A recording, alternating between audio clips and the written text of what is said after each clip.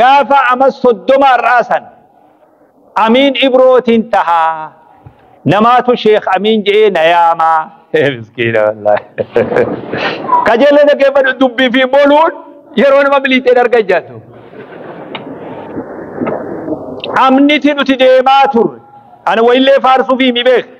نما وافارسو اللي يعني يقال أما كده بيلالو أكنما هريبا خراسا دبرين نفكاتي ونقرينتو قتين توكو خاتي بربان نجرو ulfinni tokko hatti barbaannu jiru nam beekamtiin itti barbaanne jirtu diini wanni kuni dalagu qabna hojjatu qabna jechuu qofaa sammuu keessa nu jira gojjoo xaasaa Abdallaa Ammee kararratti shaqaxatti gurguru Abdallaa Ammee sun amma waasin jiru jira as keessa Abdallaa Ammee miskiina wallahi kajala dhageeffadhu si fayyadallee beek gojjoo xaasaa kararra darasaan jaartee shaqaxatti gurgurtu akka isin dura dabre amma huqqattee kararraa galteen isaa isfaaltuma kana jihaa tokko mana nama maxxananii isfaaltirraa waa xiqqoo muratanii asii gurguran xaasaa san keessa gallanuti amiin ibroo kun xaasaa san keessa gala bassoo dhuubanii dhuganii bassoo shaqaxuma san keessa Abdalla bassoo gurguraa bassoo san qicannee isuma san dhuumnee sisan duinadu akasi beek kacaloti se agalu basuma san duina hulbat marak guyya tokko torbaniti qafirati masjid sala salande chaatara khana khesende hulbat marak torbaniti jana garradu akasi beek akasi qabad nama tolte fi min namni khawadalu dirqama amantitu isa dalaysis halli isami jawe dami dirqama isa dalaysis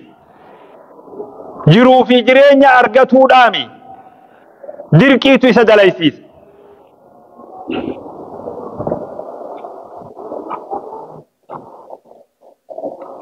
amna kana da'waa deemaa turte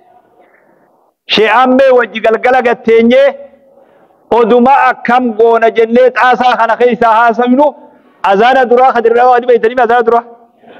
azaana duraa sannutti azaanantu أمري إسلامتي يادو بيتون أكما تبيتو جرتي بيخي قابسا دعوة الليل أكما ربي بيخو جرتي بيخ دعوة إسلاما وأول هركافود أني قبال دوتوان سنيمو برباد وأول هركافود آديماني وأول الدبرسا ديماني زمن سنديمي حالي جرو جرين ورا جرنوا فودا في هيرومني واللي هون دي امانتي وجه والقبته مقالان قوتون ستري في حجابتاتي نمني حجاب الرتوما بقياتك نما دورا جرنوا خيسا حجاب اوفت